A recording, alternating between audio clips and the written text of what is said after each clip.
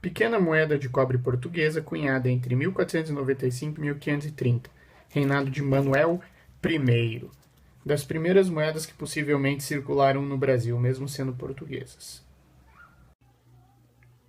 Em estado razoável de conservação, um 10 réis de 1719, com grande erro de cunhagem. Pode ver que está bem deslocada a cunhagem dessa peça, o que era comum nesse período acontecer.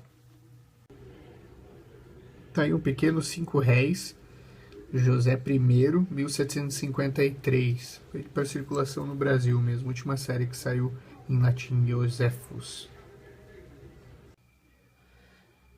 Moeda brasileira de 1762. Esse tipo de moeda tem 3 coroas diferentes, sendo essa o primeiro tipo e o mais comum. Grande moeda de cobre de 1787. Maria I, com o carimbo escudete. No caso, uma coroa alta.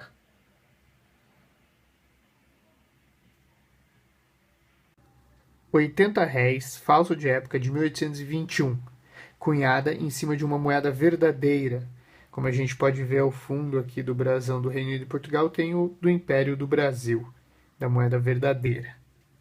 Moeda de 1821, falsa de época, facilmente perceptível pelas letras tortas, umas maiores que as outras, pela finura, que deixa o peso muito menor do que deveria, e a cunhagem mal centralizada também.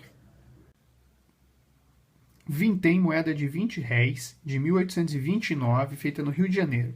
Recebeu esse carimbo geral no centro para alterar o valor para 10 e adequar o peso ao valor.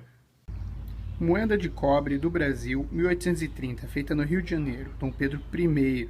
Não é uma moeda rara, mas o destaque dela fica ao seu excelente estado de conservação. Provavelmente nem circulou. 80 réis de cobre de 1830. Moeda brasileira do primeiro reinado, de Dom Pedro I. Sempre difícil de achar em bom estado de conservação. Moeda brasileira em cobre, cunhada no Rio de Janeiro em 1830. Moeda aí com mais de 4 centímetros de diâmetro, moeda grande e pesada. Serrilhada, das minhas preferidas da coleção brasileira. Moeda de 1825, cobre do Brasil, feita no Rio de Janeiro com o talho da lei, que é essa porrada dada aqui para inviabilizar e tirar de circulação a moeda, que ou achavam que é falsa, enfim. Aqui um 80 réis falso de época de 1830, letra R. O legal dessa peça é o carimbo geral, que deu uma baita porrada que entortou a moeda. Foi um copo. Moeda de prata do Império do Brasil, 500 réis de 1868, já levando a imagem de Dom Pedro II. Vintenzinho de bronze de 1869, moeda super comum, mas difícil de encontrar em bom estado, justamente por terem circulado demais durante o Brasil Imperial.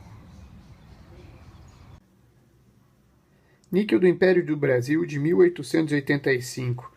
Moeda comum, circulou muito no Brasil Imperial. E o destaque dessa peça fica para o estado de conservação. Muito difícil achar essas peças boas. Moeda do Império do Brasil, de 1887.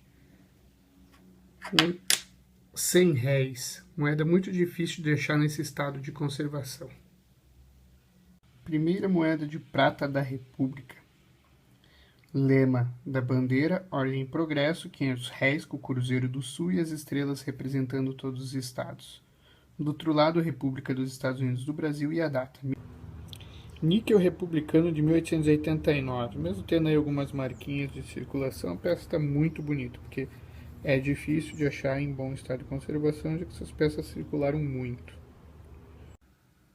Moeda de prata do Brasil, 2.000 réis, do ano de 1935.